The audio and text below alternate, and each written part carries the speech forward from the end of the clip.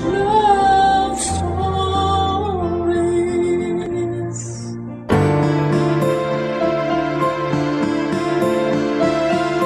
Madalas ipanukso ang mga salitang kulang sa aruga. Ngunit sa realidad ng buhay ay masakit itong pakinggan. Para sa mga anak na kulang sa kalinga, ang maramdaman ng pagmamahal ng isang ina ay isang bagay na bubuo sa pagkatao nila. Ikaw kabarangay, bukod sa material na bagay, paano mo masasabi na may kulang sa buhay mo? Dear Papa Dudut, magandang araw po sa inyo. Ako po si Ryan, 32 years old na sa ngayon. Taga-Albay po ako pero mula po noong mag-college ay sa Mandaluyong City na ako tumira. At ang dahilan ay ikakwento ko po sa inyo. Nag-iisang anak lamang po ako at lumaki ako sa Albay kasama ng tatay ko. Nagtanan lang din po sila noon ng nanay ko kaya malayo kami sa mga kamag-anak namin. Ang problema po ay 3 taon pa lamang ako ay iniwan na ako ni nanay sa kanya. Hindi namin alam kung saan ito pumunta. Basta ang alam ni tatay, iniwan kami nito dahil sa kahirapan. Pero kahit mag-isa na lamang na tumatayong magulang ay itinaguyod ni tatay ang pag-aaral ko. Papadudot, dahil 3 taon pa lamang ako nang iwan ni nanay ay halos hindi ko na po siya matandaan. Tanging pangalan niya lamang ang alam ko. Tuwing tinatanong ko naman si tatay kung nasaan siya ay palagi nitong iniiba ang usapan at paulit-ulit lang na sinasabing hindi na namin dapat iniisip yung taong nang iwan sa amin para sa makasariling dahilan. Kaya naman wala po talagang ideya noon ang pagkatao ko tungkol kay nanay. Kahit itsura niya ay hindi ko na rin po alam. Wala kahit isang letrato niya sa bahay namin, Papa Dudut. Pero kahit nangungulila ako sa isang ina ay ginawa naman ni tatay ang lahat para makaraos kami sa pang-araw-araw. Naging tendero po siya ng taho sa umaga at ice cream naman sa tanghali hanggang hapon. Sa gabi naman ay tumatambay siya sa may pasyalan para magtinda ng balut at chicharon. Sa kasamaang palad, Papa Dudut, ay pumanaw ang tatay ko habang siya ay natutulog. Cardiac arrest ang kinamatay niya. Nang mailibing po siya ay parang nawala na ako ng dahilan na manatili pa sa lugar na tinitirhan namin dahil wala naman po kami ni isang kamag-anak doon. Nang inaya ako ng kaibigan kong si JM na magtrabaho sa Maynila ay hindi na po ako nagdalawang isip pa. Bonus na lang po sa akin na nagkaroon pa ako ng pagkakataong makapag-aral sa tulong ng scholarship at ng aking part-time job. Halos hindi ko na nga po namalayan na ilang taon na palang lumipas mula nang umalis ako sa Albay. Pero hanggang sa pagkakataong yon ay hindi pa rin ako nakakapagdesisyon kung tama bang ituloy ko pa ang isa sa mga dahilan ng pagpunta ko roon, Papa Dudut.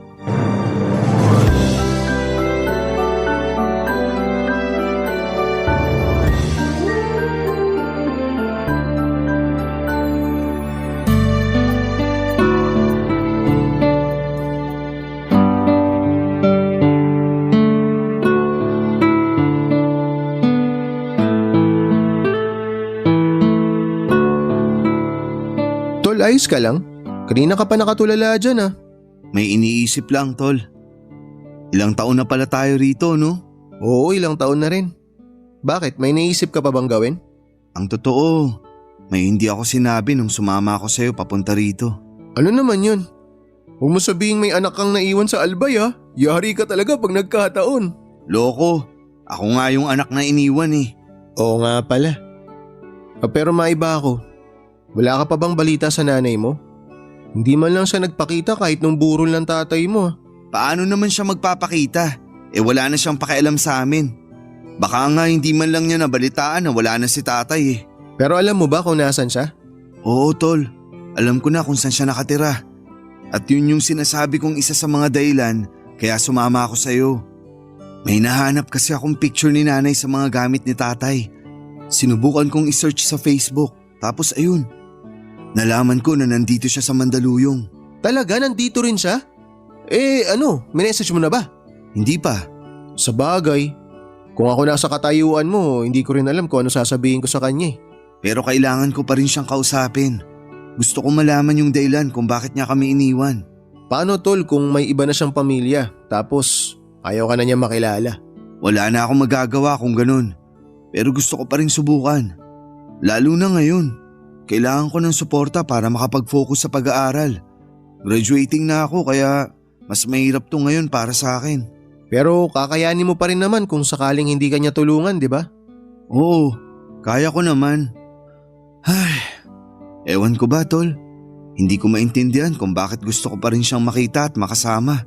Kahit malaki yung naging pagkukulang niya sa akin. Hindi kita masisisi. Siyempre wala na tatay mo. Nanay mo na lang yung natitirang magulang mo.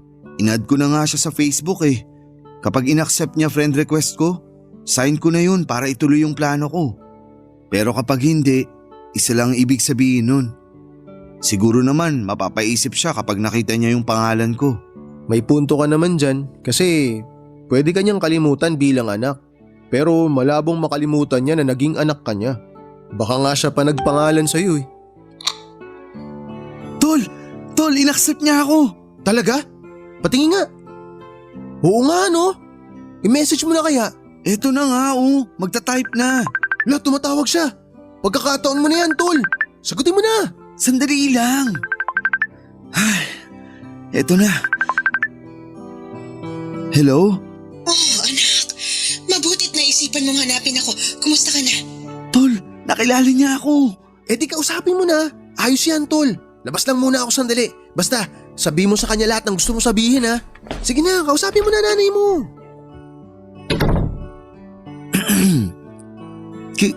Kilala niyo po pala ako? Nakilala kita sa pangalan mo. Hindi na kasi kita mamukhaan eh. Ang laki na ng pinagbago ng itsura mo, anak. Teka, nasan ka ba ngayon? Nandito na po ako sa Mandaluyong. Talaga? Kailan ka pa rito? Sana sinabi mo agad para na-meet kita. Nagdalawang isip po kasi ako kung dapat pa ba akong makipagkita sa inyo. Tsaka medyo busy po talaga. Pinagsasabay ko po kasi yung trabaho ko at pag-aaral.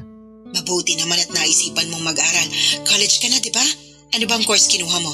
Mechanical engineering po. Mahusay kang pumili. Mukhang sa akin mo naman na yung pagiging madiskarte sa buhay nga pala, kung libre ka sa Sabado, magkita tayo. Pwede mo kong puntahan sa bahay namin.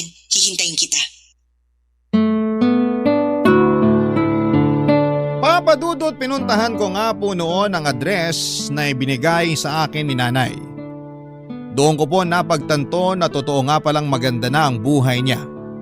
May kaya kasi ang napangasawa niya at siya naman ay magaling humawak ng negosyo kaya nagkaroon siya ng sariling restaurant. Naikwento niya lahat ng iyon nang mag-usap kami, Papadudot. Pero sa halip na makaramdam ako ng amor sa nanay ko, ay kabaligtaran ang naramdaman ko sa una naming pagkikita. Habang ipinagyayabang ni nanay ang naging tagumpay niya noong iniwan niya kami, nadudurog naman ang puso ko para kay tatay na namatay na lamang nang hindi napapacheck up dahil sa kakulangan namin sa pera. Habang kausap ko noon si nanay, wala siyang ibang bukang bibig kundi ang pera. Doon ko po naunawaan kung bakit ayaw ni tatay na pinag-uusapan ng nanay ko.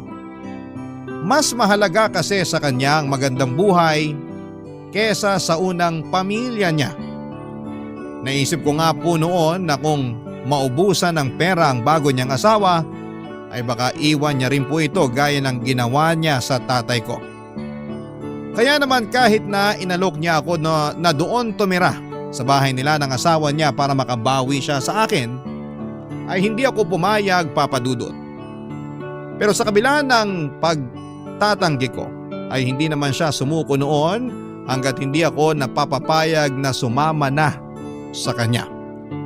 Hiningi ko ang opinyon ng kaibigan kong si JM at sinabi niyang wala namang masama kung bibigyan ko ng pagkakataon si nanay. Kaya naman ang muli niya akong tanungin ay pumayag na ako na doon muna tumira sa kanila. Nakilala ko po ang asawa niya na tawagin niyo na lamang po sa pangalang Dolan. Maayos naman ang pakikitungo niya sa akin nung una. Pero may pakiramdam ako noon na parang ginagawa niya lang yon tuwing kaharap si nanay. At hindi nga po ako nagkamali dahil unang araw ko pa lamang sa bahay nila ay ganito na kaagad ang nangyari, Papa Dudut.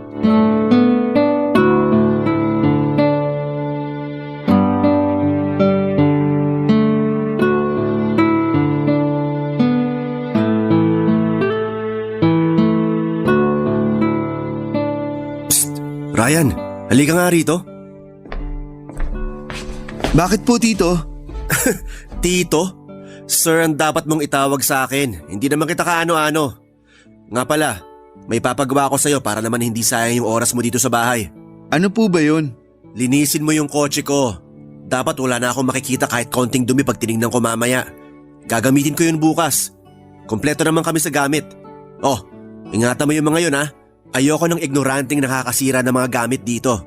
Hindi po ako ignorante, sir. Ano kasi tingin mo? Di ba't galing ka lang naman sa probinsya? Baka puro bundok at mga damo lang nakikita mo ron. Iba yung buhay rito. Marami na po ako naging trabaho. Total, hindi nyo naman po ako tinatanong, edi sasabihin ko na lang. Nagtrabaho po ako dati sa car wash, kaya hindi po ako ignorante gaya ng iniisip nyo.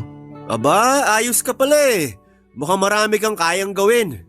Sige, galingan mo mag-car wash. Malay mo, yun na rin maging trabaho mo habang buhay. Akala ko pa naman mabait kayo. Wala rin naman pala kayong pinagkaiba sa mga matapobreng may kaya dyan sa tabi-tabi. Nakaangat lang kayo ng konti, nang mamaliit na agad kayo ng iba. Hoy, ayus-ayusin mo yung pakikipag-usap mo sa akin ha. Baka nakakalimutan mo. Dito ka nakatira sa pamamahay ko. Pwede kitang palayasin kung gugustuhin ko. Klaro? Kung meron man pong klaro sa akin, yung may karapatan din po ako manatili dito hanggat hindi ako pinapaalis ng nanay ko. Kasal po kayo, hindi ba? Conjugal property niyo po tong bahay kasi wala naman kayong pinirmang prenuptial agreement. Kaya kung gusto niyo akong palayasin dito, siguraduhin niyo rin pong gusto yun ng nanay ko. Napakayabang mo ah. Anong akala mo? Mas magaling ka pa sa akin? Kayo po may sabi niyan, hindi ako. Sira ulo ka! Baka gusto mo makatikim Kapag ng… sinaktan niyo po ako, pwede ko rin po kayong kasuhan. Kaya bago po kayo gumawa ng kahit ano, pag-isipan niyo po muna. Sige na po, sisimulan ko na yung paglilinis ng kotse niyo. May malamig na tubig po sa loob. Magpalamig muna kayo. Buisit kang bata ka? Hindi na po ako bata, sir. 23 na po ako. Hindi ka talaga nahuubusan ng sagot ano? Isa na lang at tatamaan ka na sa akin. Tatahimik lang po ako kapag hindi ko na kailangang depensahan yung sarili ko. Hindi naman po kasi ako pumayag sa alok ng nanay ko na tumira dito para maging alipin niyo eh. Gusto niyang bumawi sa akin at hindi kayo nakakatulong sa kanya kung ganyan niyo ako itatrato. Kayo rin po, baka iwalayin kayo ni nanay kapag… Linis ka na ng kotse ron. Dami mo pang satsat. Ano bang nangyayari sa inyong dalawa? Kaya aga-aga ang iinit ang ulo nyo. Mas mabuti kung yung asawa niyo na lang po tatanungin niyo, Nay. Pinaglilinis pa kasi ako ng kotse niya. Maiwan ko na po kayong dalawa. Anak, sandali. Hindi mo naman kailangan gawin yan. May tagalinis kami ng kotse rito. Mas mabuti na rin po na may ginagawa ako rito para natutumbasan ko yung pagtira ko dito sa bahay niyo. Ay, pasensya na po, Nay, pero dediretsahin ko na po kayo. Ayokong dumating yung araw na susumbatan niyo ako sa mga naitulong niyo sa akin. Kaya hanggat may paraan para ibalik ko yun, gagawin ko po. Papa Dudut, hindi nagawang makapagsalita noon ng nanay ko matapos kong sabihin sa kanya ang saloobin ko sa pagtira sa bahay nila. Nakiusap naman siya na kung maaari pagpasensyahan ko na lamang muna ang asawa niya. Wala naman akong magawa dahil kailangan ko talagang makisama, Papa Dudut. Kapag may pinapagawa sa akin ang asawa ni nanay, kung wala naman akong ginagawa ay sinusunod ko yon kaagad. Pero kapag oras ng pag-aaral ko, kahit magalit pa si Tito Dolan ay nagmamatigas pa rin ako. Doon nagsimula ang pagbabago sa pagsasama nilang mag-asawa. Madalas na silang nag-aaway at kung ano-ano na rin ang ibinibintang ni Tito Dolan sa akin. Tuwing may nawawalang gamit, ako kaagad ang tinuturo niya. Pero sa huli napapaamin din siya ng nanay ko na wala naman talagang nawawalang gamit at gusto niya lamang akong pag-initan. Habang tumatagal, Papa Dudut, ay palala ng palala si Tito Dolan. Kaya parang gusto ko na lamang na umalis doon. Pero dahil nakiusap sa akin si nanay ay sinubukan ko ulit na makisama ng maayos. Hanggang sa mayroong pagkakataon, Papa Dudut, na nag-ugat ng malaking gulo sa bahay. May half-brother ako at may anak naman si Tito Dolan na babae sa una nitong asawa. Sa madaling salita ay hindi po kami magkadugo. Itago niyo na lamang po siya sa pangalang Faith. Sa kanilang magkapatid siya ang naging kaklose ko. Nagmana kasi kay Tito Dolan ang half-brother ko, kaya hindi ko na sinubukan pang makipag-close dito, Papa Dudut. Si Faith naman ay mabait at malambing. Matanda lang ako sa kanya ng 1 taon. Pero yung pagiging malapit namin sa isa't isa ay ginawa ni Tito Dolan ng issue na umabot na sa puntong kahit si nanay ay pinaniniwalaan na siya, Papa Dudut. Barangay Love Stories. Barangay Love Stories. Papa Dudut, may pagka-boyish po noon si Faith kaya marami siyang gustong matutunan. Nagpaturo siya sa akin kung paano mag-car wash, magkumpuni ng sasakyan, magpalit ng gulong at kung ano-ano pang mga gawaing panlalaki. Yun ang kinatawa ko sa kanya, Papa Dudut. Para kasi ako nagkaroon ng nakababatang kapatid sa katauhan niya noong panahong yon. Lumaki kasi ako na walang kapatid. May mga naging kaibigan naman ako noon sa Albay kagaya ni JM. Pero iba pa rin talaga yung meron kang kapatid na nakakasama mo sa bahay at nakakasundo sa mga bagay-bagay. Sa isip-isip ko nga po noon, sana talaga ay magkadugo na lamang kami ni Faith. Ang problema, Papa Dudut, ay pinag-isipan naman kami ni Tito Dolan ng masama. Pinagbintangan niya ako na minomolestya si Faith tuwing magkasama kami sa kwarto ko. Kahit na ang totoo ay nagpapaturo lamang ito sa mga subject na alam nitong makakatulong ako. At habang tumatagal, kung ano-ano pa ang mga iniimbentong kwento ni Tito Dolan. Sinubukan naman akong ipagtanggol ni Faith at pinatunayan niya na wala akong ginagawang masama sa kanya. Pero gaya ng inaasahan ko ay hindi pa rin naniwala si Tito Dolan at ang mas masakit pa roon kahit ang nanay ko ay pinagdududahan na rin ako, Papa Dudut.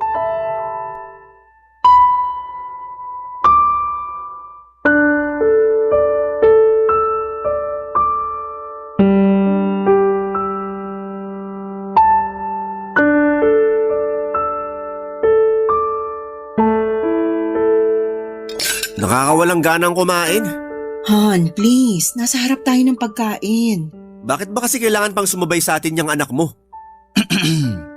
Sumabay po ako sa inyo kasi sinabihan ako ni nanay. Kung ayaw niyo po, pwede namang mamaya na lang ako kumain. Anak, hindi. Diyan ka lang. Hindi ikaw yung gusto kong makasabay kumain, kundi yung mga anak ko. Nasaan ba yung mga batang yun? Nagpaalam yung bunso natin na malilate ng uwi. Si Faith naman, nandun pa rin sa kwarto niya. Ayaw sumabay sa ating kumain. Paano sasabay? Nandito yung anak mong manyak. Dahan-dahan po kayo sa ibinibintang nyo. Wala po akong ginagawang masama sa anak nyo, sir. Walang ginagawang masama? Palagi kang naroon sa kwarto niya? May matinubang lalaki na gagawa nun sa anak ko? Hindi naman po problema yung pagpunta ko sa kwarto niya. Ang problema po yung marumi yung utak. Ryan, ano ba? Huwag mong pinagsasalitaan ng ganyan si Dolan. Nay, nagpapaturo lang si Faith sa akin. Kaya ako siya sinasamahan sa kwarto niya. Wala kaming ibang ginagawa dun. Hayaan niyo po sa susunod. Sa labas na kami para kitang-kita nyo. At kung hindi pa kayo mapalagay, maglagay kayo ng CCTV para meron kayong ebidensya. Yan kasi ang hirap sa mga kagaya mong naghihikaw sa buhay. Masyadong mapagsamantala. Mawalang galang na po Pero kahit lumaki ako sa hirap, marunong akong rumespeto ng tao. At alam ko po kung ano yung tama at mali. Kung mapagsamantala po ako, matagal ko na sanang hinanap si nanay para humingi ng pera. Ikaw, Nay, baka nakakalimutan nyo na po na kaya lang naman ako nandito kasi pinilit nyo akong dito na tumira. Kung ipinagmamalaki mo yung boarding house nyo, di bumalik ka na ron. Huwag mo nang ipagsiksikan yung sarili mo rito. Baka kapag hindi na ako nakapagtimpi sa'yo sa kulungan yung bagsak mo. Sa anong kaso po? May ebidensya po ba kayo kung sakali? Kayang-kaya kong gumawa ng ebidensya kung gugustuhin ko. di lumabas din yung sakit nyong mga mapepera. Akala nyo kaya nyo nang gawin lahat dahil sa perang meron kayo. Marami nga pong mabibili yung pera nyo. Pero yung respeto at dignidad, wala po yun sa listahan nyo. Anak, tama na! Nababastos mo na si Dolan! Ako po, Nay, hindi po ba ako nabastos sa mga binibintang niya sa akin? Sa pagtrato pa nga lang niya sa akin, mas matindi pa sa nabastos yung naranasan ko eh. Insulto na po yun sa pagkatao ko. Tapos sasabihin nyo, tama na? Kayo po yung tama na. Aalis na po ako rito. Saan ka naman pupunta? Babalik ka dun sa malas squatter na tinitirhan nyo? Yung malas squatter na tirahang sinasabi nyo, mas malinis pa kaysa sa pagkatao nyo. Pasensya na po pero hindi ko na kayo kayang tagalan dito. Bagay nga kayo. Parehong-pareho kayo ng ugali. At hindi na rin ako magtataka kung bakit hindi na naghabol pa sa inyo si tatay. Kasi siya may dignidad. Kayo nabulag na ng pera. Pabayaan mo siya, Emilia. Hayaan mong patunayan niya yung kayabangan niya. Hindi naman nagtatagumpay yung mga taong ganyan mag-isip. Mas bagay po sa inyo yung sinasabi nyo.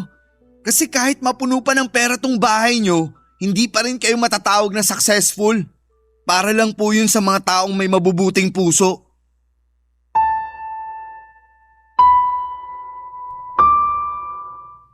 Papadudot, gaya nga po ng sinabi ko sa kanila ay umalis na ako sa bahay ni nanay. Hindi na rin po ako nagpaalam kay Faith dahil baka madagdagan pa ang ibinibintang nila sa akin. Mula po noong araw na yon ay ipinangako kong wala na akong magiging koneksyon sa kanila. Lalo na sa nanay ko na sa ikalawang pagkakataon ay tinalikuran ako. Akala ko pa naman noon ay may pag-asa pa na magkaayos kami at makabawi siya sa akin, pero mas lalo lamang niyang pinatunayan na hindi niya kayang panindigan ang pagiging ina niya para sa akin. Sana ay hindi ko na lamang siya hinanap. Nakakalungkot lang isipin na may mga nanay na kayang talikuran ang mga anak nila. Hindi ko naman hinuhusgahan ang lahat dahil may iba-iba rin silang dahilan. Pero sa kaso ng nanay ko ay sinadya niyang iwan kami at sa loob ng maraming taon ay hindi man lang niya naisip na kumustahin ako o kami ng tatay ko. Naalala ko po tuloy yung sabi ng teacher ko noong high school. Yung mga nanay daw ay parang payong sa gitna ng malakas na ulan. Hindi man niya kayang pigilan yung lakas ng ulan ay gagawin naman niya ang lahat para hindi ka mabasa. Ganon naman daw ang mga magulang. Poprotektahan ka sa abot ng makakaya nila. Pero para sa akin si tatay lang ang nakagawa noon. Hindi lang siya naging ama sa akin kundi siya rin ang tumayong nanay ko sa loob ng maraming taon. Tungkol naman po kay Faith, noong hindi na ako nagpaalam sa kanya sa pag-alis ko sa bahay nila, hindi ko po inaasahan na hanapin niya ako noon. Nagulat na lamang po ako nung dumating siya sa boarding house na tinutuluyan namin ni JM. Nakipagkumustahan lang naman siya at tinanong kung bakit ako umalis. Nalulungkot daw siya na wala na siyang kuya sa bahay nila. Ipinaliwanag ko naman sa kanya ang sitwasyon at naintindihan naman niya yon. Papadudot.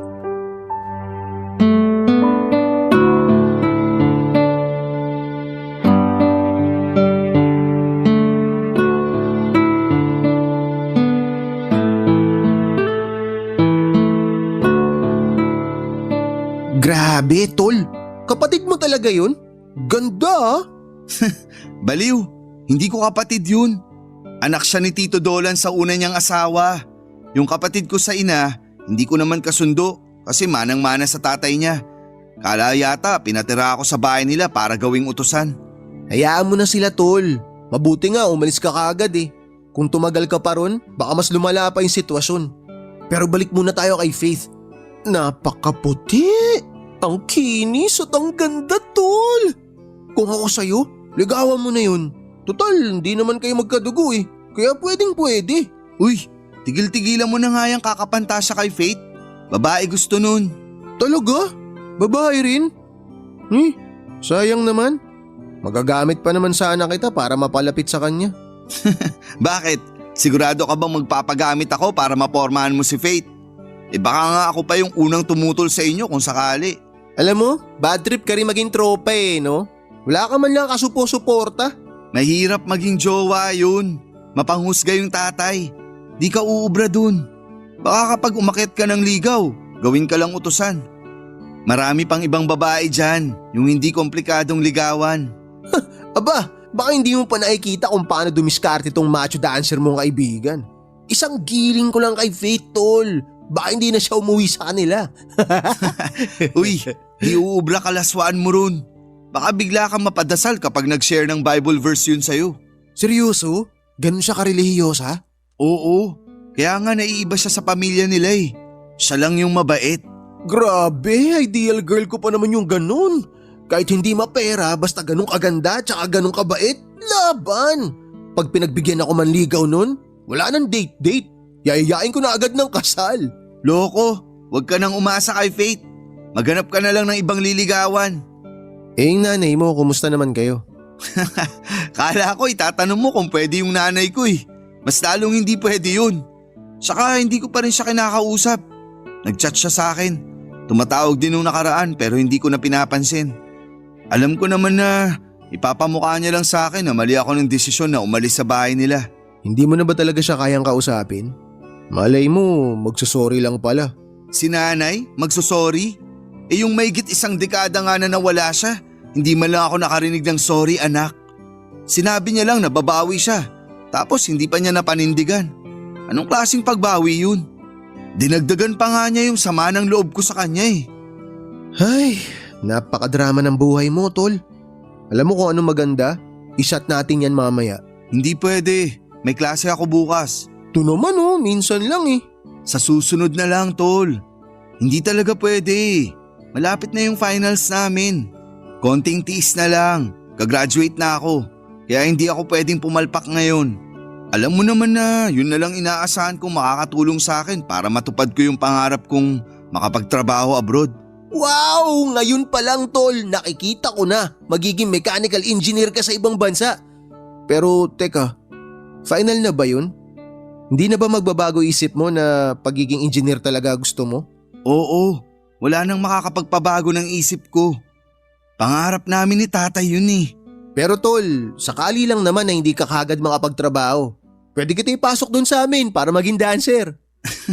Salamat na lang tol. Papadudot na gawa ko pong pagsabayin ang pagtatrabaho at pag-aaral ko noon.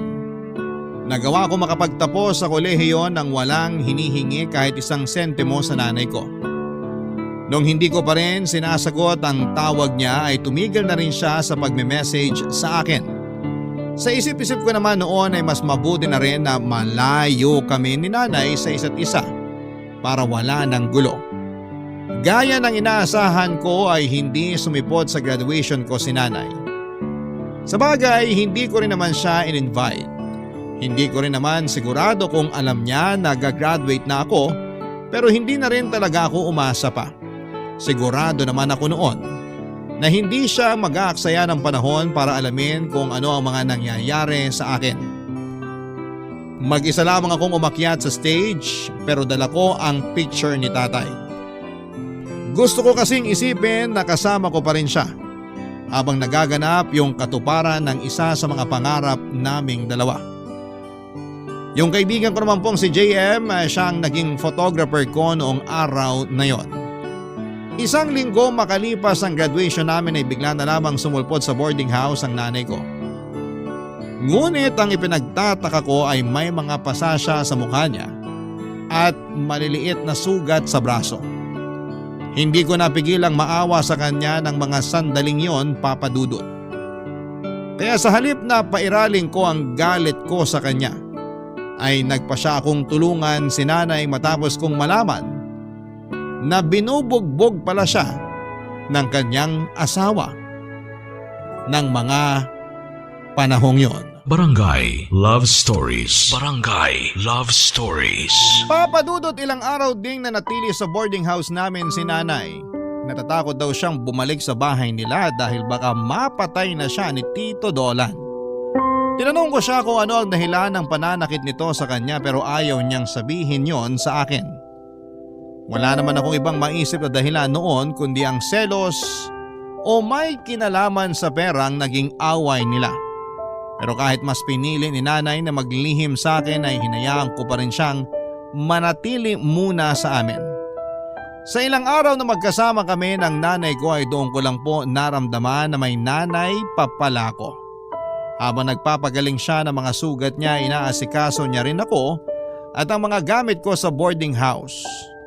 Aaminin ko na isa yon sa mga kahinaan ko, Papa Dudut. Gustong gusto ko kasi yung pakiramdam na may nag-aasikaso sa akin. Dahil na rin siguro sa nasanay na ako sa pagiging independent. Kaya bago para sa akin ang mga ganong klase ng pakiramdam.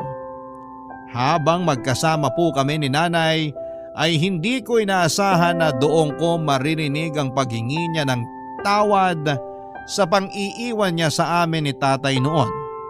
Umiyak siya at pinagsisihan niya lahat ng nagawa niya. Hindi ko alam kung ano ang magiging reaksyon ko noon kaya nakinig na lamang ako sa mga sinabi niya ng mga sandaling yon, Papa Dudut.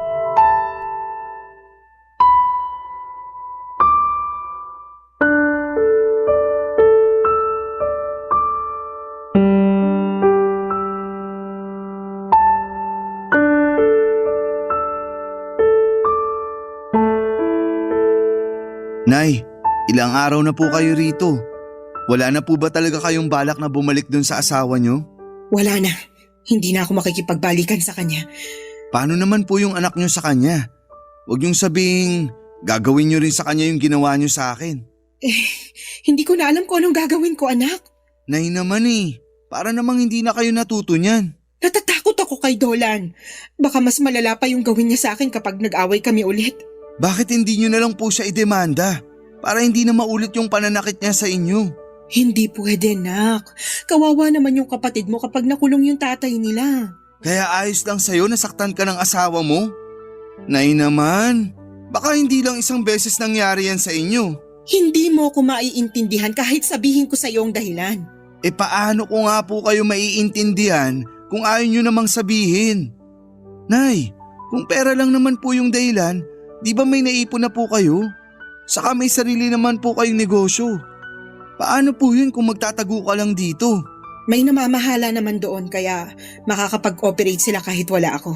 Pero Nay, hindi po magpapatuloy yung buhay nyo kung magtatago lang kayo kay Tito Dolan. Kailangan nyo po siyang harapin. Nandyan na yata yung kaibigan mo, anak. Ha? Hindi naman siya kumakatok pag umuwi. May sarili siyang susi nitong kwarto. Sino yon? Titingnan ko po, baka landlady namin. O sige. Tito Dolan! Nasaan yung nanay mo? Nandito ba siya? Wala po siya rito. Tsaka bakit naman siya pupunta dito hindi na nga kami nag-uusap? Huwag mo akong niloloko, bata. Alam ko nandito siya. Sinabi ko na nga pong wala. Ilalabas mo siya? O babasagin ko yung bungo mo? Kayang-kaya kitang patayin dito kung gugustuhin ko. Grave threat po yan. Baka gusto nyo ring humimas ng rehas. Ilabas mo si Emilia! Dolan! Lalabas ka rin pala eh. Halika rito, umuwi na tayo. Ano ba? Huwag nyo hablutin yung braso ni nanay. Nakakasakit na kayo eh. Talagang masasaktan siya sa akin. Lalo na ngayon na dito pa siya pumunta sa'yo. Alam ko na sinaktan nyo si nanay kaya umalis siya sa bahay nyo. Tapos ngayon, ang lakas pa ng loob nyong kunin siya rito. Hindi nyo siya pwedeng isama. Hindi ikaw yung masusunod dito. Tumabi ka dyan! Sasama na ako! Anak, hayaan mo na akong sumama sa kanya. Sige na. Pero nay, sasaktan lang kayo ulit ng lalaking yan. Huwag nang matigas ang ulo mo! Sasama na ako sa asawa ko. Huwag ka na makialam, bata. Kami mag-asawa yung mag-uusap. Kaya kung ayaw mo masaktan, huwag mo nang pigilan yung nanay mo. Huwag kang umasa na magbabago pa yung isip niya nang dahil sa'yo. Hindi ka kasing importante gaya ng iniisip mo. Makinig ka na lang sa Tito Dolan mo. Huwag mo na akong pigilan. Mag-uusap din naman kaming dalawa eh. Yan kasi hirap sa inyo na eh. Kahit alam nyo ng mali, gagawin nyo pa rin. Alam mo ikaw, may atraso ka pa sa akin eh. Akala mo ba hindi ko malalaman na pinapunta mo rito si Faith? Talagang hindi ka makatiis, ano? Anak! Anong sinasabi ng Tito Dolan mo? Si Faith yung kusang pumunta rito. Hindi ko nga alam kung paano niya nalaman yung address nitong boarding house. Pero kung iniisip nyo na may ginawa akong masama sa kanya, nagkakamali kayo. Kaya wag nyo nang gamitin sa akin yung anak nyo para magmukha na naman ako masama. Papa Dudut, hindi na nakipagtalo sa akin si Tito Dolan. Hindi na rin ako nakialam sa kanila gaya ng gusto nilang mangyari. Sino ba naman ako para pakinggan ang nanay ko? Ilang beses na niyang pinatunayan na mas mahalaga sa kanya yung bago niyang pamilya. Lalo na yung asawa niyang napaka-matapobre. Ang ipinagtataka ko lang po noon, kahit na may pera naman si nanay, mas pinili niyang manatili sa boarding house namin. Pero matapos ang eksenang nangyari noong sunduin siya ni Tito Dolan, parang nakalimutan na niya yung naging bonding naming dalawa at kung gaano ko kagusto na makasama siya. Bago sila umalis noon ay ipinamukha sa akin ni Tito Dolan na walang mangyayari sa buhay ni nanay kung hindi dahil sa pera nito. Kaya naisip ko na kaya hindi magawang kumalas ni nanay sa lalaking yon ay dahil sa utang na loob at takot na bawiin ang lahat ng ibinigay nito sa kanya. Kahit paano naman ay naiintindihan ko ang nanay ko, Papa Dudut. Pero malaking pagkakamali ang desisyon niyang makipagbalikan pa sa asawa niyang kayang-kaya siyang saktan at manipulahin. Mula nang bumalik si nanay kay Tito Dolan ay nawala na kami ulit ng komunikasyon. Pero si Faith madalas siyang nagkukwento ng mga nangyayari sa bahay nila.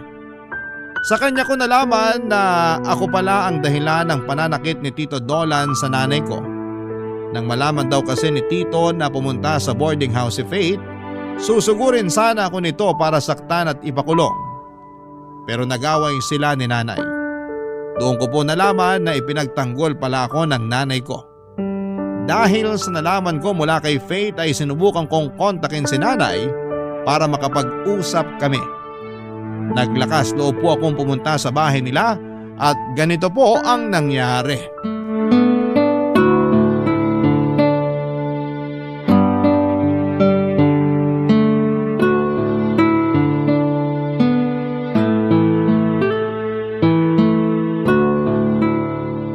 Tol, sigurado ka ba na dito nakatira nanay mo?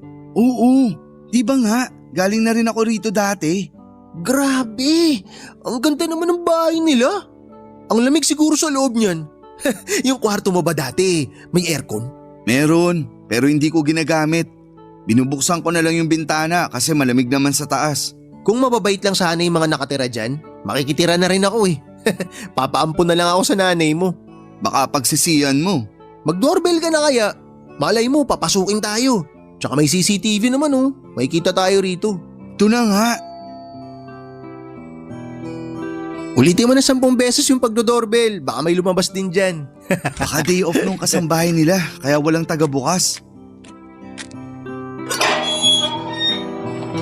Brian, anong ginagawa mo rito? Nay, tawag na po ako ng tawag sa inyo pero hindi naman po kayo sumasagot. Nag-aalala na po ako. Hindi ba't sinabi ko na sa'yo na hayaan mo na ako? Huwag mo nang pakialaman yung buhay ko, naiintindihan mo? Tintindihin mo yang sa'yo kasi wala ka pang nararating. Bakit po ba hindi nyo maiwan-iwan yung asawa nyo? Kaya nyo naman palaguin yung negosyo nyo nang kayo lang mag-isa. Hindi nyo kailangan magtiis sa pambubugbog ng siraulo nyong asawa at maging sunod-sunuran sa kanya. Huwag mong tinatawag ng ganyan si Dolan. Malaki yung naitulong niya sa akin mula nung iniwan ko yung tatay mo. Kaya ayos lang sa inyo na magbayad kayo ng utang na loob hanggang sa mamatay kayo? Ganun ba? Hindi naman sana mangyayari sa akin yun kung hindi ka lang dumating sa buhay ko. Sinira mo yung magandang pagsasama namin eh. Talaga po ba, Nay? Kayo po yung nagpapasok sa akin sa buhay nyo. At kahit ilang beses nyo pa akong iwan at ipagtabuyan, hindi nyo na mabubura yung katotohanan ng anak nyo ako. Oo, anak kita. Pero ayos ka naman nang wala ako, hindi ba? Kaya umalis ka na. Kalimutan mo na lang na may nanay ka pa kasi hindi kita gustong maging anak. Mas lalong hindi ko po ginusto na maging nanay kayo. Kung may pagkakataon lang sana ako mamili, kahit paulit-ulit, hindi kita pipiliing maging nanay ko. Eh di umalis ka na. Hindi na kita anak kaya wag ka na ulit pupunta rito kundi ipapadampot na kita sa pulis. Tol, halika na. Umalis na tayo rito. Oo, aalis na tayo. At hindi na ako tatapak sa lugar na to. Masunog sana mga kaluluwa nilang mga mata pobre. Ay, grabe ang intense nun ah. Parang kailan lang ang sweet-sweet pa ng nanay mo. Ipinagluluto ka pa nga eh. Tapos ngayon, ibang-iba na siya. Huwag na natin siya pag-usapan, tol. Mas marami pa akong pwedeng gawin ng hindi iniisip yung mga ganong klaseng tao. Tamang mindset yan tol. Sanay ka naman na sariling sikap eh. Doblehin mo lang yun. Malay mo, kapag naging successful ka, magsisi sila sa pamamaliit at pagtataboy nila sa'yo. Maraming taon din naman ako nabuhay nang wala si nanay sa tabi ko. Kaya mas kakayanin ko yun ngayon. Lalo na't mas malinaw na sa akin ngayon na hindi niya ako gustong maging anak. Pero tol, paano kaya kung sinabi niya lang yun para mailayo ka sa gulo? Tapos, mahal ka pala talaga ng nanay mo. Imposible. Hindi pagmamahal yung ipinaramdam niya sa akin eh. Ay, mabuti pa magpalamig na lang muna tayo. Tsaka kumain tayo ng marami bago umuwi. Para pagdating natin sa boarding house mamaya, iutot mo na lang yung sama ng loob mo sa mga nangyari ngayong araw. Bakit? Ililibre mo ba ako? Oo, syempre. Mag-aaya ba naman ako kung ikaw yung gagawin kong taya? Salamat tol ha. Sus, maliit na bagay. Ikaw pa. Kaya ang lakas-lakas mo sa akin. Pais nga ako tol. Suntok, gusto mo? Biro lang. Para kasing iiyak ka na eh. Huwag ka iiyak. Papa Dudut, kahit papaano ay gumaan ang dibdib ko ng mga oras na yon dahil sa kaibigan kong si JM. Hindi man siya yung kaibigang magaling magpayo ay lagi naman siyang naroon tuwing kailangan ko ng makakasama at makakausap. Tungkol naman po sa nanay ko ay wala na akong naging balita sa kanya mula nang itakwil niya ako bilang isang anak. Hindi na rin po ako nagaksaya ng oras na alamin pa yung mga bagay na may kinalaman sa kanya. Pinutol ko na rin po ang komunikasyon ko kay Faith para hindi na makadagdag pa ng panibagong gulo sa pamilya nila. Nag-focus po ako noon sa paghahanap ng trabaho at agad naman po akong natanggap sa inaplayan ko at ilang taon din ako roon bago ako nakapag-abroad. Sa ngayon, Papa Dudut, ay masasabi kong financially stable na ako at may kakayahan na rin bumuo ng sarili kong pamilya. Ang kaso ay ayoko madaliin yon para hindi ako mauwi sa mga maling desisyon sa buhay. Nang makauwi po ako dito sa Pilipinas ay pinasimulan ko na rin ang sarili kong bahay para hindi ko na kailangang mangupahan pa. Si JM nga po pala ay nasa Japan na sa ngayon. Factory worker siya roon at malaki na rin ang kanyang naiipon. Hindi na niya kailangang mag-macho dancer kapag naisipan niyang umuwi at mag-for good na rin dito sa Pilipinas. Sa lahat ng mga nangyari sa buhay ko, lalo na sa amin ng nanay ko, ay natutunan kong umusad sa buhay habang unti-unti akong nagpapatawad. Habang tumatagal naman kasi, ay humuhupa na rin yung galit ko, kaya masasabi ko po na nakalaya na ako sa bigat na naranasan ko noon. Pero aaminin ko, tuwing nakakakita ako ng payong ay naaalala ko pa rin ang nanay ko. Naisip ko yung pagprotekta niya sa akin kay Tito Dolan. Napagtanto ko na kahit papaano naman pala ay may nagawa rin siya para sa akin. Kaya naman may parte pa rin sa puso ko na umaasang darating din yung araw na magkikita kami ulit nang wala ng galit sa isa't isa. Hanggang dito na lamang po, Papa Dudut, at maraming salamat po sa inyong lahat na bumubuo ng Barangay LS na naghahatid po ng inspirasyon sa amin na inyong mga tagapakinig. More power sa inyong istasyon. Ang inyo pong forever kapuso at ka-barangay, Ryan. Barangay Love Stories. Barangay Love Stories. Ako, gigil na gigil talaga ako sa nangyayari sa kwento natin.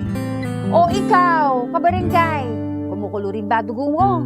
Pwede kang mag-iwan ng comment sa ating comment section. Nagustuhan ng iyong napakinggan? Ituloy yan via live stream sa www.gmanetwork.com/radio. Barangay LS 97.1 Forever. Love Stories.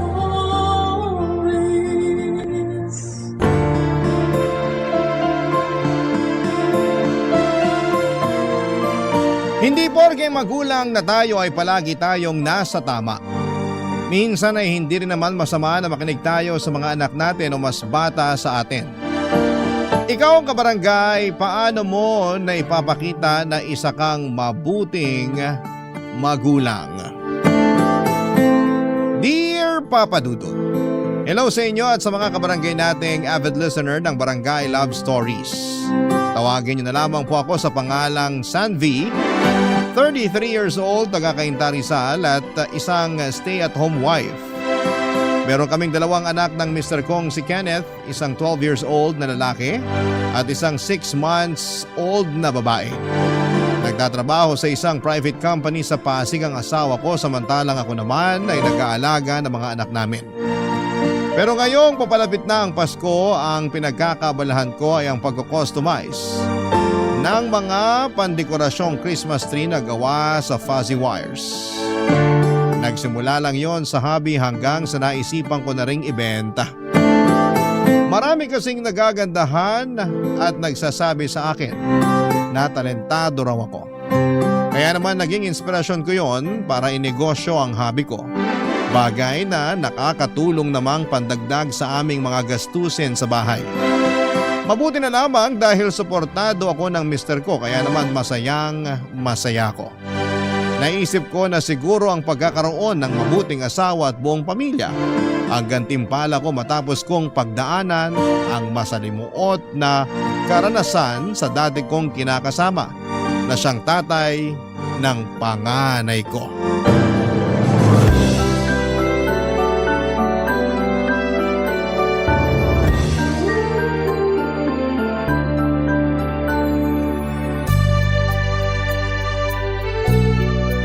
Good morning, sweetheart. Gising na. Nakapagluto na ako ng almusal. Nagluto ka na?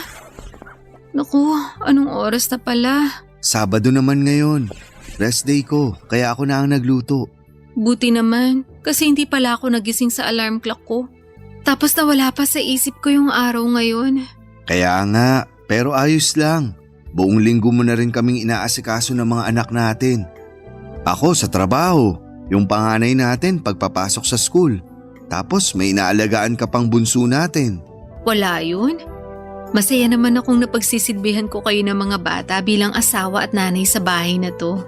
Kahit nakakapagod, masayang-masaya ang puso ko. Pakiramdam ko, kumpleto ko. Maalagaan ko lang kayo na maayos.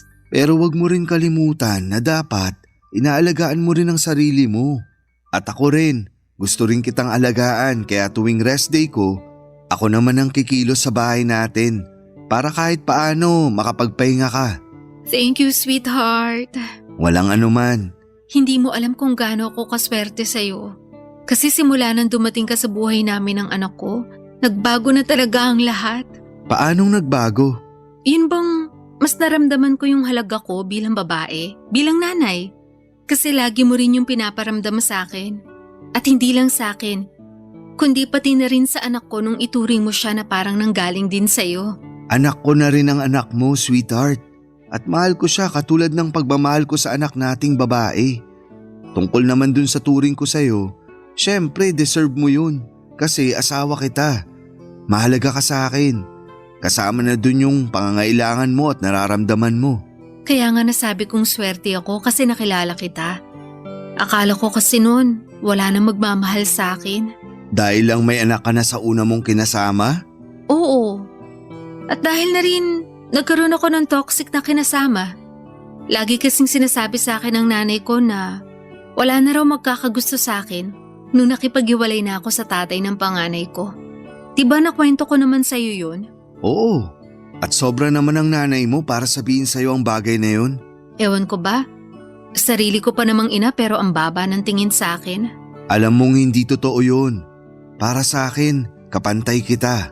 Salamat kasi minahal mo ko at tinatrato ng mabuti.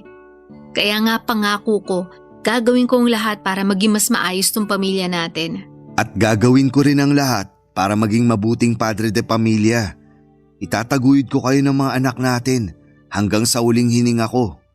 Katulad nung sinumpaan ko sa altar nung pinakasalan kita. Oo, naalala ko na iyak ka pa nga nun habang sinasabi yung vow mo. Sino ba namang hindi maiiyak? Napakasalan ko na yung babaeng mahal na mahal ko. Oh, ikaw masyado mo akong pinapakilig ngayong umaga. Hindi lang kita ngayong umaga pakikiligin, kundi araw-araw. Naku, ang mister ko talagang napakagwapo sa lahat. At ang misis kong bolera. Sinong bolera? Hindi ako bolera. Nagsasabi lang ako ng totoo. Alam ko naman yun. Binibiro lang kita. Pero tara na. Kasi baka lumamig na yung almusal natin. Nagluto pa naman ako ng paborito mong tapsilog. At sakto kumakalam na ang sikmura ko. Ano pang hinihintay natin? Halika na para makapag-almusal na tayo. Tulog pa naman si baby kaya makakakain tayo ng tuloy-tuloy. Mga padudod, hindi lang ako swerte sa asawa kong si Kenneth kundi mapalad ako. Nagkakilala kami sa isang church service at nagkapalagayan ng loob. Pero bago yon, may dati na akong kinakasama na siyang tatay ng panganay kong lalaki. Sa kanya ko naranasan na pisikalin at abusuhin sa pamamagitan ng mga salita. Hindi ko siya magawang hiwalayan noon dahil tinanim ng nanay ko sa isipan ko na kasalanan ko kaya lagi nagagalit sa akin ang dati kong kinakasama. Pero sadyang mainitin talaga ang ulo niya at sinusulsulan ang nanay ko para kampihan siya. Ang hirap lalo na at wala akong trabaho noon at nakatira pa kami sa poder ng nanay ko. Noong nagkalakas ako ng loob na makipaghiwalay sa kanya ay humingi ako ng tulong sa tiyaheng kong nasa Binangonan, Rizal. Ipinasok niya ako ng trabaho sa kakilala niyang naghahanap ng tindera sa bakery habang siya naman ang tumitingin sa anak kong 3 taong gulang ng mga panahong yon. Hindi nagtagal, nakaipon ako para may taguyod ang anak ko kahit na mag-isa lamang ako. Tapos ay doon ko nabalitaan na inatake sa puso ang dati kong kinakasama at namatay. Taong 2023 na magkakilala kami ni Kenneth at pagkalipas ng 4 na buwan ay nagpakasal na kami. Bagay na noong unang nalaman ng nanay ko ay hindi niya ikinatuwa. Pero nitong August 2024 lang ay nagsabi ang nanay ko na makikituloy muna sa bahay namin mag-asawa para magbakasyon. Taga-Pasig kasi sila ng kinakasama niya at umuwi raw ito sa probinsya nila sa Ilocos Norte dahil namatay ang nanay nito. Ayaw ko sanang pumayag dahil hindi maayos ang relasyon namin sa isa't isa ng nanay ko pero kinumbinsi ako ng asawa ko na baka pagkakataon na yon upang magkasundo kami. Sa huli pinagbakasyon na nga namin ng ilang araw si Nanay Dolores sa bahay namin para makasama naman niya ang kanyang mga apo.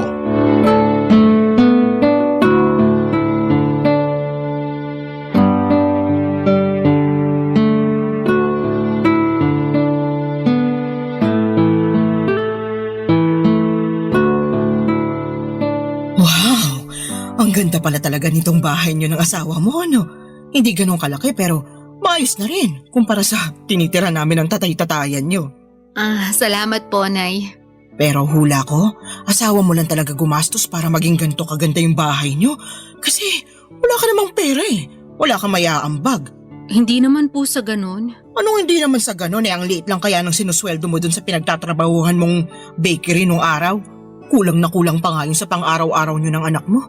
Buti na lang talaga nakilala mo si Kenneth kasi ngayon meron na kayong natitirhan na maayos at magandang bahay ng panganay mo, Sanvi. Hindi naman po lahat inaasa ko sa asawa ko. Lalo ngayon na may pinagkakakitaan ako kahit paano. Alin? Yang paggawa mo ng mga basurang yan? Kalat lang naman yan dito sa maganda niyong bahay. Hindi po kalat yan. Napagkakakitaan ko po yan. Basta para sa akin kalat lang yan. Buti hindi nagagalit sa'yo yung asawa mo. Hindi po. Tsaka suportado ako ni Kenneth sa mga bagay na ginagawa ko. Ang sabihin mo, kaartehan mo lang yan. Sino pa bang bibili ng mga ganyan Marami namang binibentang mas maayos yung materyales kaysa sa gawa mo. Wala naman pong ginagawa sa inyo yung mga fuzzy wire decorations ko Kaya bakit niyo po sila pinag-iinitan? Hindi ka pa nakikinig? Kalat lang kasi. Masakit sa mata, tsaka mukhang mabilis naman masira. Kaya ako nga nasabi na marami naman dyan na mas maayos yung materyales na ginamit. Mas matibay kumpara sa mga ganyan mo. Nandun na po tayo. Pero meron naman nakaka-appreciate ang mga gawa ko. Yung mga katrabaho nga ni Kenneth bumili na sa akin. Pinandesign nila sa mga table nila. Yung iba, nagsabi na magpapagawa pa raw ng pandekorasyon nila sa Pasko. Tsaka maganda sa mga produkto ko, nagsimula lang sa hobby. Tapos ngayon pinagkakakitaan ko na. Hindi rin naman po madaling gumawa ng ganyan. Parang pagkukrochet at pagbuburda, inaaral din. Nako, madali lang naman mag-crochet at magborda. Tinuturo na yan nung elementary kaya alam kong kayang-kaya ko rin yung ginagawa mo. Pero ayokong gawin kasi nga di naman ganoon kaganda. Lalo na yung mga gawa mo kaya katakataka kung paano ka nakabenta. Ay, hulaan ko. Siguro naawa lang sa yung mga katrabaho ng asawa mo kaya napilitan silang bumili ng mga produkto mo, no? Tama, ganun nga yun kasi nahihiya silang tumanggi at magsabi na pangit naman talaga at aksaya sa pera. Sobra naman po kayong makapagsalita. Hindi naman po ganun yung feedback nila sa gawa ko. Nahihiya nga lang magsabi ng totoo, di ba? Pero kung ako sila, hindi ako mahihiya. Ngayon pa nga lang na nakikita ko, napapangitan na ako at hindi ako nahihiyang sabihin sa'yo. Alam nyo, kung wala kayong magandang sasabihin, huwag nyo nalang pagdiskitahan yung mga gawa ko. Bakit? Sumasama loob mo? Opo, Yan naman kasi hirap sa'yo. Nasabihan ka lang ng totoo, naging balat sibuyas ka na. Alam mo, dapat sa edad mong yan ngayon, hindi ka na ganyan mag-isip wala naman pong problema yung pag-iisip ko. Normal na reaction po yung maging balat sibuyas. Lalo na sarili ko pa talagang nanay, yung nanglalait sa mga gawa ko. Kaya nga po kung napapangitan kayo, wag nyo na lang sabihin kasi hindi rin naman nakakatulong. Hirap sa'yo, hindi ka marunong tumanggap ng totoo. Magkaiba po ang pagsasabi ng totoo sa pang-iinsulto. Ano sabi mo? Aba, napakabastos mo naman yata sumagot, Sanvi. Papa Dudut, may ugali talaga ang nanay at karamihan sa mga kamag-anak namin ay hindi niya kasundo. Masyado kasi siyang arogante at mataas ang tingin sa kanyang sarili. Gusto rin niya lagi siyang nasusunod. Kung anong sinasabi niya, yun ang gusto niyang paniwalaan namin. Higit sa lahat ay hindi rin siya tumatanggap ng payo o opinyon mula sa ibang tao. Kaya nga alanganin ako sa kahilingan ng mister ko na pumayag pagbakasyonin ang nanay sa bahay pansamantala. Pero dahil gusto ng mister ko na magkabati kami ay sumang-ayon na lamang ako. Mahal ko naman ang nanay ko. Kahit naman may mga bagay kaming hindi pinagkakasunduan ay siya pa rin ang inang nagsilang sa akin sa mundong ito. Iginagalang ko siya ngunit hanggat maaari ayoko nang magkaroon ng kaugnayan pa sa kanya. Na-realize ko kasi na tahimik ang buhay namin ng anak ko noong umalis kami sa poder niya. Pero ngayon, na nasa bahay namin siya ay unti-unting bumabalik sa akin ang trauma ko noong araw na siya ang may kagagawan. Papa Dudut. Barangay Love Stories. Barangay Love Stories. Papa Dudut, meron akong nakababatang kapatid na babae at maliit pa lamang kami ay hindi na talaga maayos ang turing sa amin ng nanay. Masyado siyang dominante sa pamamahay namin at lumala pa yon noong nakilala niya ang stepfather namin. Hindi nagtagal ay nahawaan siya nito ng bisyo. Kaya mas naging bayolente siya sa amin ng kapatid ko. Lagi niya kaming pinapagalitan, pinapahiya, sinisigawan at sinasaktan. Kaya naman ginusto namin noon na makaalis sa poder nila. Kaya lang ay hindi rin naging mabuti ang kapalaran ko matapos akong mabuntis ng tatay ng panganay ko. Sinabi ko sa sarili ko na hindi ko ipaparanas sa mga anak ko ang karanasan ko sa aming nanay. Kasi ang mga magulang dapat ang pangunahing nagpoprotekta sa mga anak nila.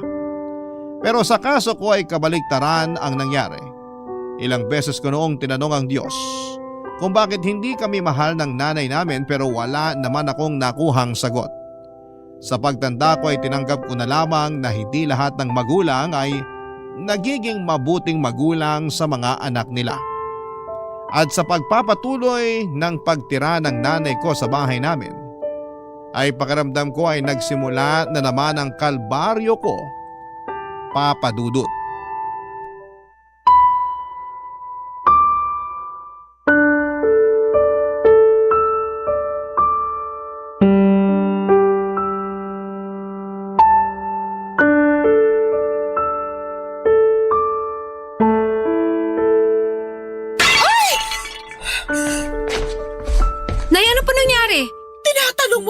nakita mo nang nabasag tong vase, di ba?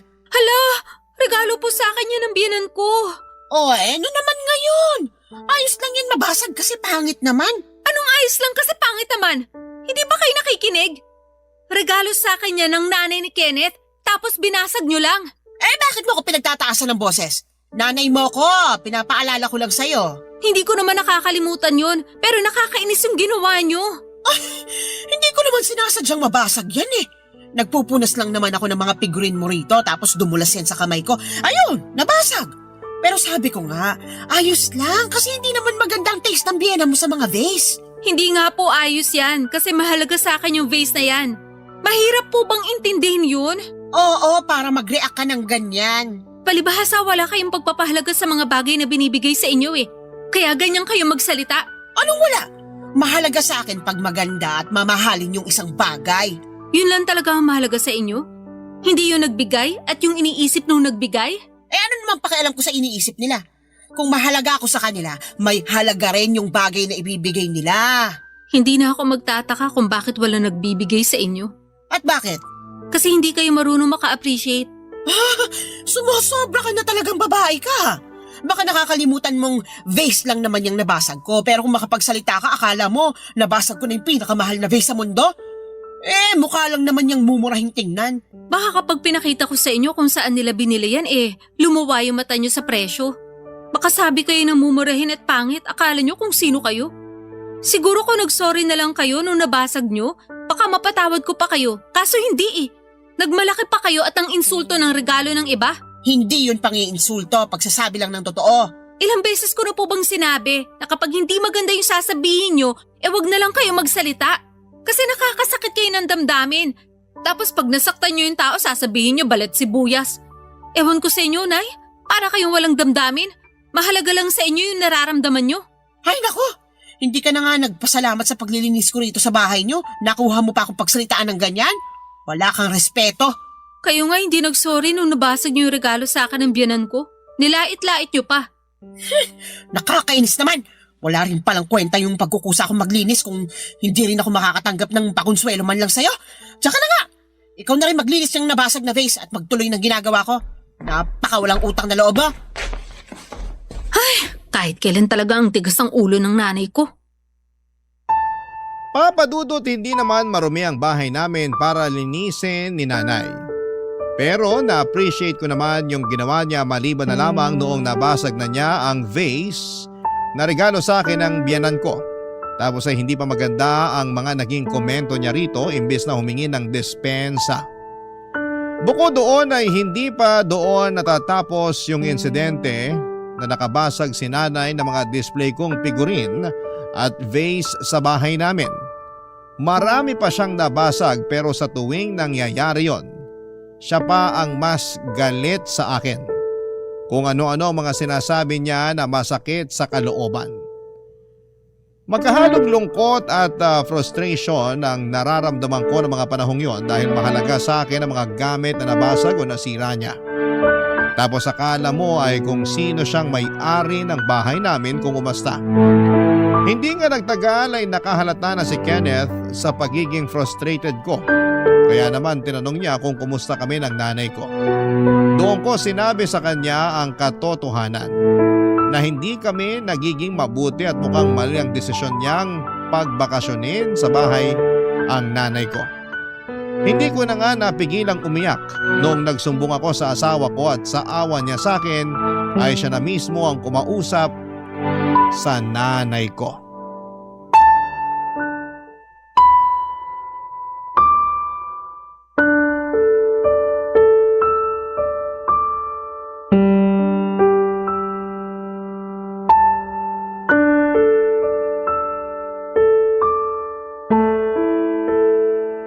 Nakausap ko na si nanay, sweetheart. Anong sabi niya? Nagsorry siya. Hindi naman daw niya sinasadya yung mga nabasag niyang display mo rito sa bahay. Pati na rin yung mga sinabi niya sa'yo. Mabuti pa sa'yo nagsorry siya.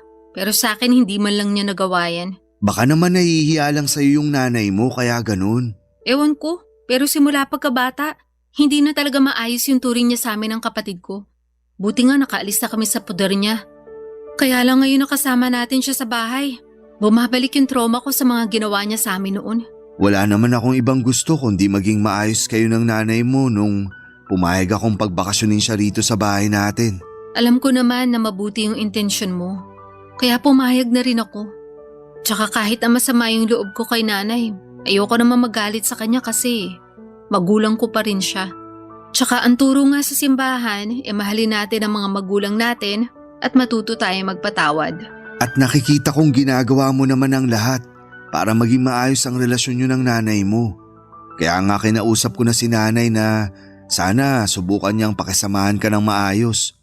Hindi ka naman iba sa kanya. Anak ka niya. Sa kanya ka galing. Oo. Pero narealize ko na hindi lahat ng magulang ay nagiging mabuting magulang sa mga anak nila. Kasi tignan mo na lang si nanay sa amin ng kapatid ko. Yan yung bagay na sinabi ko noon sa sarili ko na hindi ko gagawin at ipaparanas sa mga anak natin. Gusto ko, palakihin sila sa pagmamahal at pag-aaruga ng isang mabuting ina. Kasi alam ko, hindi imposible yon dahil mababait ang mga magulang mo. Kaya nga mabait ka rin, nagmana ka sa kanila. Oo, hindi imposible yun. At pagtutulungan nating maging mabuting magulang sa mga anak natin, sweetheart. Salamat, sweetheart. Kasi lagi mo nalang pinagagaan yung loob ko. Salamat din kasi nandyan ka para maging katuwang ko. Oo naman. Tinutupad ko lang ang pangako ko sa'yo nung kasal natin. Sana nagagawa kong maging mabuti at responsableng asawa at tatay sa mga anak natin. Oo naman. Higit pa sa inakala ko magagawa ng isang mabuti at responsableng asawa at tatay sa mga anak natin. Malungkot ka pa ba? Konti na lang. Gusto mo lumabas tayo ng mga bata? Saan naman tayo pupunta? May alam akong masarap na kainan na kabubukas lang dyan sa malapit na mall sa atin. Nakita ko sa Facebook, maraming dumagsa dun eh. Gusto ko kayong dali nila nanay. Isasama natin si nanay? Oo, para makapag-banding kayo. Sa tingin mo ayos lang yun? Oo naman. Di ba nga nagkausap na kami? Sinabi niya na gusto raw niyang bumawi sa'yo. Saka sa mga apo niya. Kaya naisip ko bigyan pa siya ng tsansa. Sige, kung yan nga yung sinabi mo.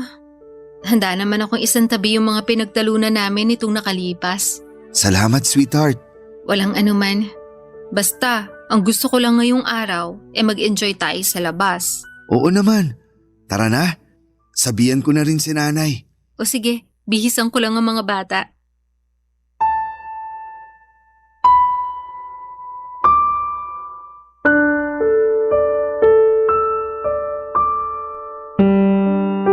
Papadudot maawain sa mga matatanda ang asawa ko. Kumpara sa akin ay maayos ang pamilyang kinalakhan niya. Hindi lang siya ang tumatanggap sa akin noon kahit na may anak na ako sa una kundi maging ang parents niya. Hindi ako nakakarinig ng negatibong salita mula sa kanya at maging sa kanyang pamilya at pantayang pagmamahal na ibinibigay nila sa mga anak ko. Sa katunayan ay close sa kanila ang panganay ko, bagay na ikinakatuwa ko ng husto. Kaya nga alam ko na madaling lumambot ang puso ni Kenneth sa pagpapaawa ng nanay ko. Pero naisip kong bigyan pa ng isa pang pagkakataon si nanay gayong kinausap naman siya ng asawa ko. Saka ayoko ring magalit ng husto sa kanya. Wala yon sa bokabularyo ko at hindi ako yung klase ng tao na mapagtanim ng sama ng loob. Lalo na't alam kong hindi yon magbubunga ng maganda. Papadudot, isa pa ay ayokong pamarisan ako ng mga anak ko na nakikitang hindi maganda ang trato sa sarili kong ina. Barangay Love Stories. Barangay Love Stories. Papadudod, akala ko ay magiging maayos na ang ugali ni nanay matapos siyang kausapin ni Kenneth, pero pagkalipas lamang ng isang araw ay bumalik na naman ang pagiging dominante niya. Lumala na rin ang pakikialam niya hindi lang sa mga diskarte ko bilang nanay sa mga anak ko kundi maging sa mismong pamamahay namin. Marami siyang sinabi na ayaw niya ng ayos na mga gamit namin kasi malas daw.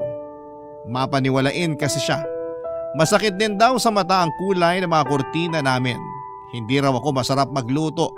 Buti raw at natsatsaga ng asawa ko ang mga putahing hinahain ko.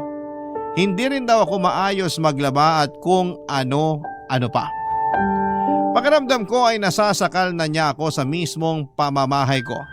Ako ang may-ari ng bahay pero siya ang nasusunod. Pag hindi mo naman pinagbibigyan ay nagtutungayaw siya at sumisigaw siya. Bagay na ayaw ko sanang masaksihan ng mga anak ko.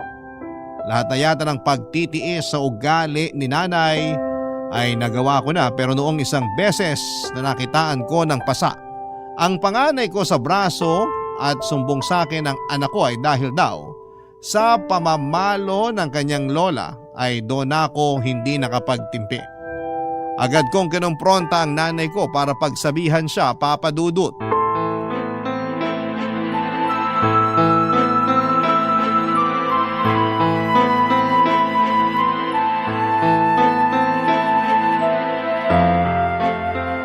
Nay, bakit yun naman po pinalo yung anak ko? Nagpasa po yung braso niya eh. Talaga? Sinabi ng anak mo na pinalo ko raw siya? Opo, hindi naman po magsisinungaling yung anak ko eh. Malay mo. Marunong na pala siyang magsinungaling at mag-imbento kaya kung ano-ano na lang yung sinusumbong niya sa'yo. Tapos ikaw, ewan ko ba naman sa'yo kasi naniniwala ka agad. Gusto niyo iharap ko sa inyo yung anak ko? Para magkaalaman na kung sino talaga nagsasabi ng totoo sa inyo? Hindi mo na kailangan gawin yon. Bibigyan mo pa ng trauma yung anak mo. Anong klaseng ina ka? Kayo ang anong klase ng ina kasi sa ginagawa niyong yan, kayo nagbibigay ng trauma sa anak ko. Aba, nananahimik ako rito ah. Yang anak mo yung pasaway kaya pinagsabihan ko lang. Hindi pa rin nakinig kaya napalo ko na. Hirap kasi sa'yo. Masyado mong pinalaking sutil kaya napakatigas na ng ulo. Hindi totoo yan. Mabait ang anak ko. Akala mo lang yun. Pero hindi pa rin sapat na dahilan yon para saktan niyo siya. Tapos nagpasa pa yung braso ng bata. Ano na lang sasabihin ko kay Kenneth pag nagtanong? Sabihin mo nadapa kasi malikot. At tinuruan niyo pa talaga ako magsinungaling? Alam nga namang isumbong mo ko nanay mo ko. Nanay ko nga kayo. Pero kahit kailan, hindi niyo naman kami tinuring na anak ng kapatid ko. Kaya nga hindi nakatakataka na hindi niya na kayo kinakausap. Pare-pareho lang kayong walang utang na loob ng kapatid mong yon. Kung ayaw niya akong kausapin, mas ayaw ko rin siyang makausap. Ang hirap kasi sa inyo hindi kayo marunong makisama. Hindi rin kayo marunong tumanggap ng pagkakamali niyo. Kaya nilalayuan kayo ng mga kamag-anak natin eh. Lalo na ng mga anak niyo. Maswerte nga kayo kasi pumayag ako magbakasyon kayo dito sa bahay. Umaasa kasi ako na magbabago pa rin kayo. Pero mukhang yun ang pinakamaling desisyon na nagawa ko sa buhay ko.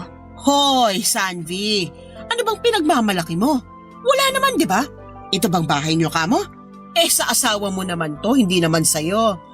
Alam ko na siya yung kumumbinsi sa'yo na pumayag na magbakasyon ako rito. Ibig sabihin, siya talaga yung may gusto at sapat na yun sa akin. Wala na akong pakialam kung pumayag ka man o hindi. Kahit na ano pang sabihin niyo, ako ang asawa. At may karapatan ako sa kung sino ang gusto namin patirahin sa pamamahay namin. Kung gano'n pinapaalis mo na ako? Wala po akong sinabing ganyan. Pero kung uulitin niyo pa yung ginawa niyo sa anak ko, hindi na ako magdadalawang isip na palayasin kayo. Napakasama mo! Makakarating sa iba nating kamag-anak na plano mo akong paalisin sa bahay niyo. Di sabihin niyo, kilala naman nila kayong masama yung ugali. Kaya tignan na lang natin kung sinong paniwalaan at kampehan nila. Alam mo sana, hindi na lang kita pinanganak sa mundo kung sasagot-sagutin mo lang ako ng ganyan. Sana nga hindi niyo na lang ako pinanganak. O sana, hindi na lang kayo naging magulang namin. Bastos! Walang wada! Kayo po ang bastos at walang modo. Papadudot na iyak na lamang ako ng mga panahong yon matapos ang sagutan namin ni nanay. Hindi maaalis sa isipan ko ang mga masasakit din na salitang sinabi niya sa akin at damay na nga po doon pati ang mga anak ko. Bigla tuloy nagbalik ang alaala ng nakaraan noong mga panahong mga bata pa lamang kami ng kapatid ko at nasa poder pa nila kami ng stepfather ko. Unti-unti akong nagkaroon ng sama ng loob sa kanya. Galit at hinanakit at mas nadagdagan lamang yon dahil sa ginawa niya sa anak ko. Hindi nagtagal ay natuklasan ko na rin na hindi lang sinasaktan ni nanay ang panganay ko. Iniinsulto niya rin po ito at pinagsasabihan na anak sa labas. Hindi ko alam kung anong klaseng elemento ng kasamaan ang sumanib sa kanya para magawa ang ganong bagay sa sarili niyang apo. Pero isa lang ang sigurado, hindi ligtas ang mga anak ko hanggat kasama namin siya sa iisang bubong papadudot.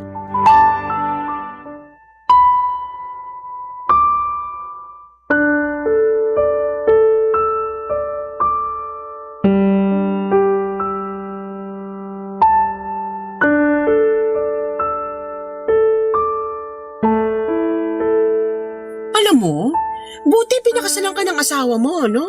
Bakit naman po hindi? Kasi may anak ka na sa una tapos hindi ka pa ganun kaganda. Mukhang naswertehan ka lang talaga o baka naman ginayuma mo si Kenneth. Nay, saan na naman po ba pupunta tong usapan na to? Baka masamain mo na naman sinabi ko lang naman yung nasa isip ko. Sana hindi nyo na lang sinabi, lalo hindi naman mabuti. Hirap sa'yo masyado kang matampuhin Hirap sa inyo, masyado kayong bastos at walang respeto sa akin. Ano sinabi mo? Ano ba kasing kasalanan ko sa inyo? Bakit masyado kayong mainit sa akin, Nay? Anak nyo naman ako, di ba? Bakit ganyan trato nyo sa akin? Hindi nyo na ako nirespeto sa sarili kong pamamahay. Dami mo namang tanong, nakakatamad sagutin. Siguro naiinggit kayo sa akin, no? Ano? Hindi, no? Kung hindi, bakit lahat na lang ng ginagawa ko masama sa paningin nyo? Siyempre, wala ka namang ginawang tama. Nahihiya lang ako sa sasabihin ng ibang tao, kaya ako na nanay mo na yung sumisita sa'yo. Ayaw mo lang kasi nang napagsasabihan ka kaya ka ganyan. Hindi naman kasi tama yung paraan ng pagsasabi nyo kung totoo man yun. Nakakasama kayo ng loob, nakakatroma. At hindi lang ako yung pinagsasabihan nyo na masakit. Kasi pati na rin yung panganay ko, dinamay nyo na. Tama lang naman na pinagsabihan ko siyang anak sa labas kasi yun naman ang totoo Hindi yun totoo. Kahit hindi ko kadugo ang panganay ng asawa ko, hindi ko siya kahit kailan tinawag at tinuring na anak sa labas. Tapos malalaman ko na kayo mismong lola niya, nakadugo pa naman niya, yung nagtatanim ng ganung bagay sa isip ng anak ko. Sweetheart, huminahon ka lang. Hindi ko na kayang huminahon. Lalo pat narinig ko mula sa nanay mo yung sinabi niya tungkol sa anak natin. Masyado ka namang apektado, Kenneth. Hindi mo naman talaga anak yung apo kong yun. Hindi mo kailangan angkinin yung hindi sa'yo. Para sa akin, anak ko na siya at wala kayong karapatan na pagsabihan ako ng mga bagay na yan. Hindi kayo nagpapatakbo sa pamilyang to, kundi kami ng asawa ko. At nakuha mo na rin akong bastusin kagaya ng asawa mo? Kayo yung unang nang bastos sa amin, sa asawa ko at sa mga anak ko. Kaya bakit kayo ma-offend sa pambabastos ko? Saka hindi ko naman talaga to gagawin kung pinatunayan nyo sa akin na nagbagong buhay na kayo. Pero hindi. Tingin ko mas lumala pa yung ugali nyo Alam nyo, sana hindi na lang ako pumayag na magbakasyon kayo rito sa bahay para makabanding nyo ang asawa ko at ang mga anak namin. Sana nakinig na lang ako nun kay Sanvi nung sinabi niya sa akin yung mga pagtatalo nyo nung umpisa pa lang. Umasa lang naman ako magkakabati kayong mag-ina. Pero kayo na mismo yung nagpatunay sa akin na hindi na yun mangyayari dahil sa ugali nyong yan. At anong gagawin mo? Paalisin mo ako? Bakit hindi? Ipamamahay naman namin to. Hoy Sandy, pagsabihan mo nga yung asawa mo. Pasensya, Nanay. Pero ayaw ko na rin kayo dito sa bahay namin. Napakasama ng ugali niyong mag-asawa. Hindi ko makakalimutan tong ginawa niyo sa akin. Sisiguraduhin kong masisira kayo sa mga kamag-anak natin. Subukan nyo lang. May kalalagyan kayo sa amin sa barangay. Ano? Ipapabarangay niyo ako? Oo, kasi paninirang puri na yung gagawin nyo. Ganun ba yun? Ganun na nga. Kaya kung ayaw nyong umabot tayo sa barangayan, wag na kayong gumawa ng bagay na lalo nating ikasisira. Naturingan pa naman kayong mas matanda sa amin, pero parang baligtad ang sitwasyon. Dapat kayo po yung magpakita na mabuti kayong ehemplo sa mga apo nyo.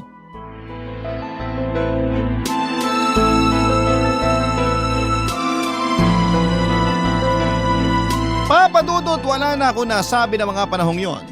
Inayaan ko na lamang na maglitanya si Kenneth para malaman ng nanay ko na sumosobra na siya. Tiwala naman ako sa mister ko na sa kabila ng galit niya ay kaya pa rin niyang kontrolin ang mga sinasabi niya.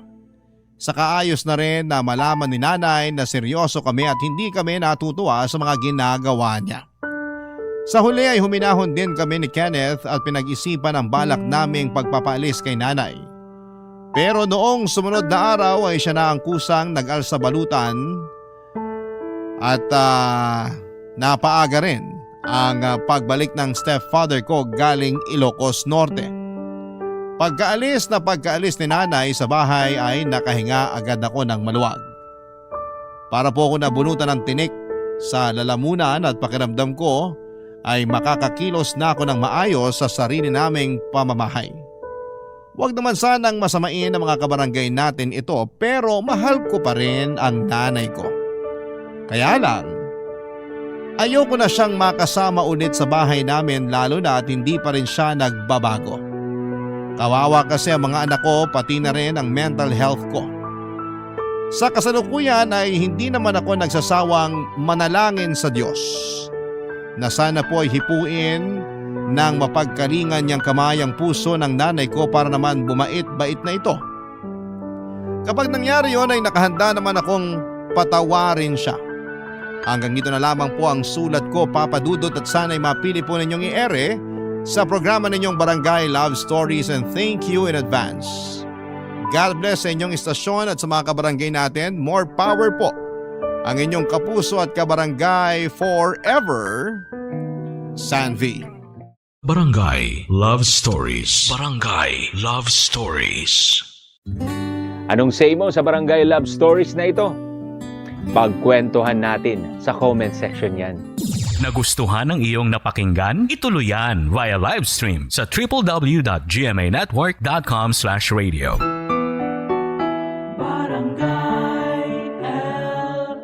In Mega Manila, 97.1. Forever!